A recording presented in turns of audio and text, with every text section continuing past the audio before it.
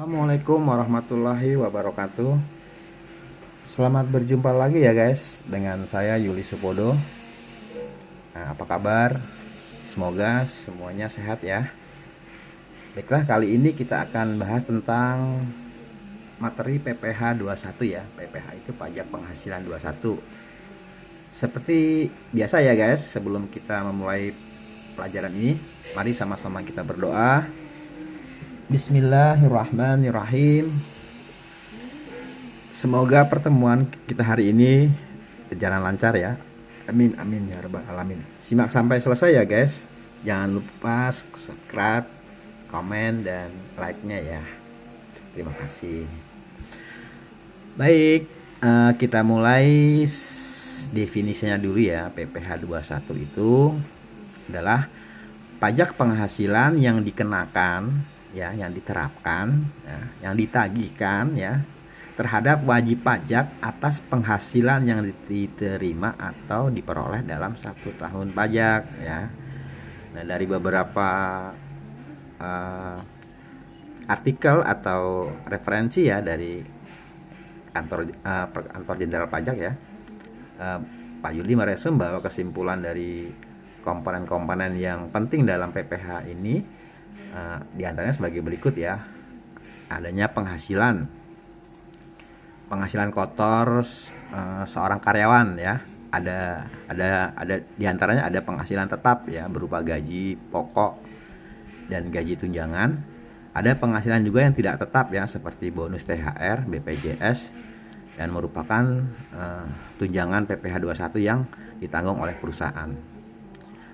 Kemudian ada pengurang pajak ya. Pengurang pajak termasuk dalam pengurang pajak penghasilan bruto adalah biaya jabatan ya, biaya pensiun ya, iuran BPJS yang menjamin jaminan hari tua ya atau jaminan kesehatan dan jaminan kesehatan maksudnya. Kemudian di PPh 21 ada istilah PTKP ya. Nah, PTKP itu penghasilan tidak kena pajak atau insentif dari pemerintah terhadap objek pajak ya.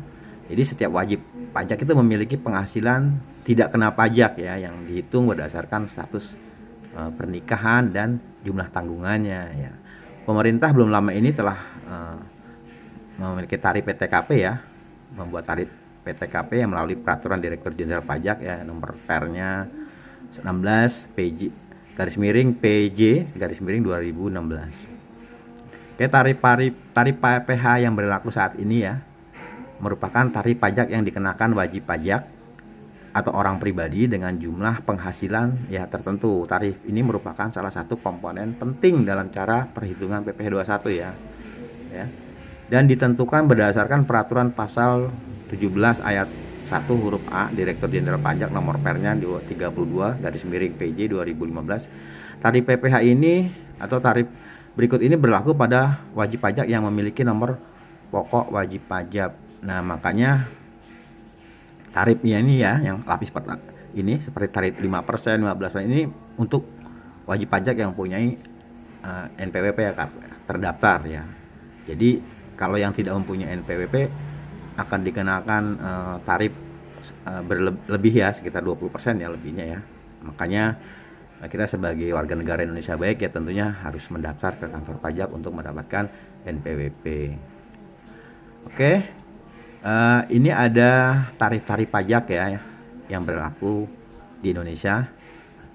Ini wajib pajak dengan penghasilan tahunan sampai dengan 50 juta ya setahun ya. Dalam setahun itu di atas sampai dengan 50 juta kena tarif 5%. Kemudian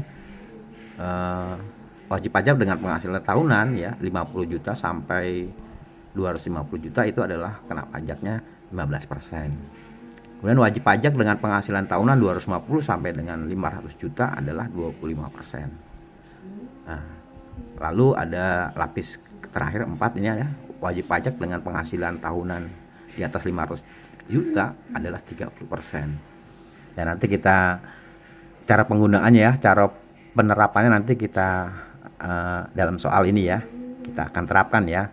Contoh kasus seperti ini ya, ada seorang karyawan bernama Budi ya dari perusahaan otomotif Indonesia, dia mempunyai gaji atau menerima gaji ya sebulannya itu 13 juta per bulan.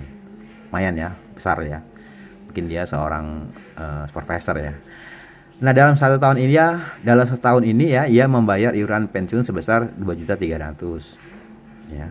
Kemudian dia juga memiliki jabatan ya. Karena dia jabatan supervisor, dia dikenakan biaya jabatan ya perusahaan sebesar 5 juta per tahun. Nah, Budi ini statusnya sudah menikah ya dan memiliki 2 orang anak. Diketahui juga bahwa istrinya Budi itu dia mempunyai istri tapi tidak bekerja. Nah, dari kasus soal ini diminta hitunglah pajak terhutang Budi ya. Coba kita jawab ya. Baik, pelan-pelan ya.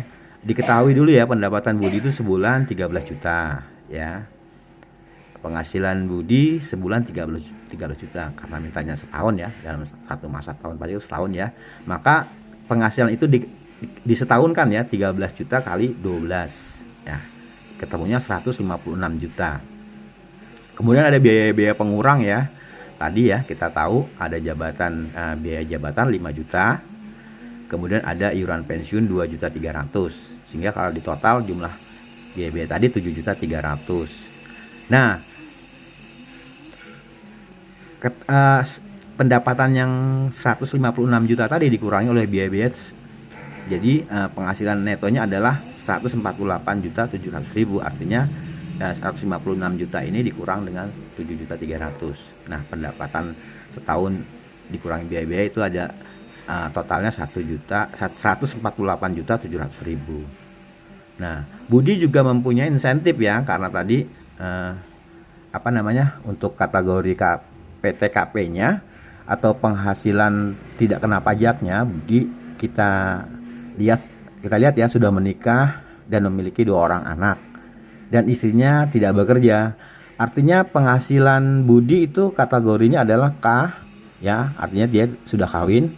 Dan 2 ya, strip 2 garis miring 2 itu memiliki artinya punya tanggungan 2 orang anak dan istrinya tidak bekerja ya, sehingga tidak perlu ditambahkan ya. Di sini ada I ya, tapi tidak usah ditambahkan karena istrinya tidak bekerja. Nah, penghasilan kena pajaknya adalah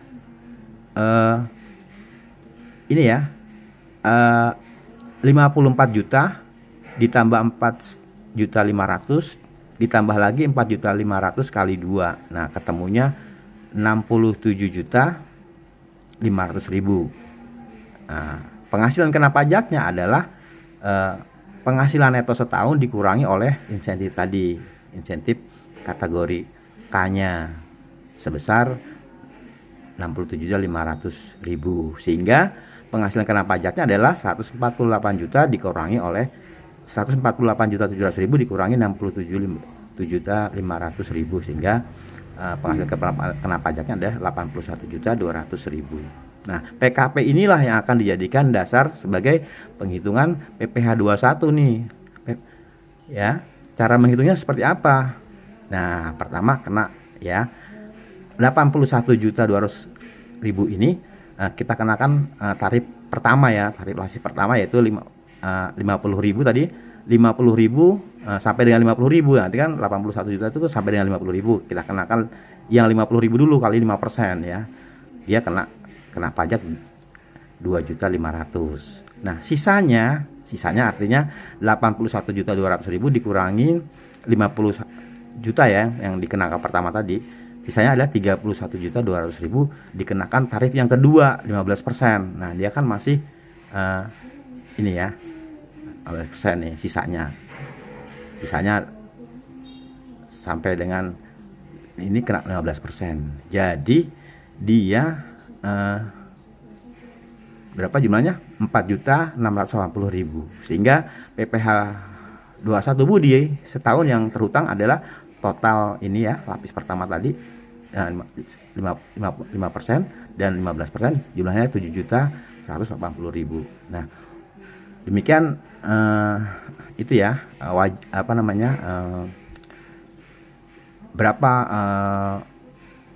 setahun itu ya PPh Budi yang terhutang dan harus dibayar itu 7.180.000 ya. Gimana kalau di sini ya Kalau kalau di sininya ya, misalnya Budi ini tetap ya, tapi dia di penah apa di tempat ininya Budi setelah pendapatan dikurangin oleh insentifnya, sehingga dia mempunyai masih kelebihan 450 juta ya, menghitung PPh-nya adalah tetap ya, ring pertama atau tarif pertama itu 50 juta dikali 5%. Nah, 2,5 juta ya. Sehingga 450 juta ini pertama dikurangi 50 juta itu untuk lapis pertama. Kemudian untuk lapis kedua sisanya 450 juta dikurangi 50 juta 400 juta dikalikan tarif yang kedua ya 250 juta kali 150 ya, sehingga dia kena pajak 37 juta 500.000. Nah, karena masih ada sisa ya kan, 400 dikurangi 250 sisanya 150. Nah, tarif ketiga ini kan 450, 250 dikurang 100, tinggal 150. Sisa 150 ini tidak masuk tarif yang ketiga karena di atas ya, yang ketiga ini 250 dan 250, sedangkan dia sisanya 150, jadi tidak kena pajak.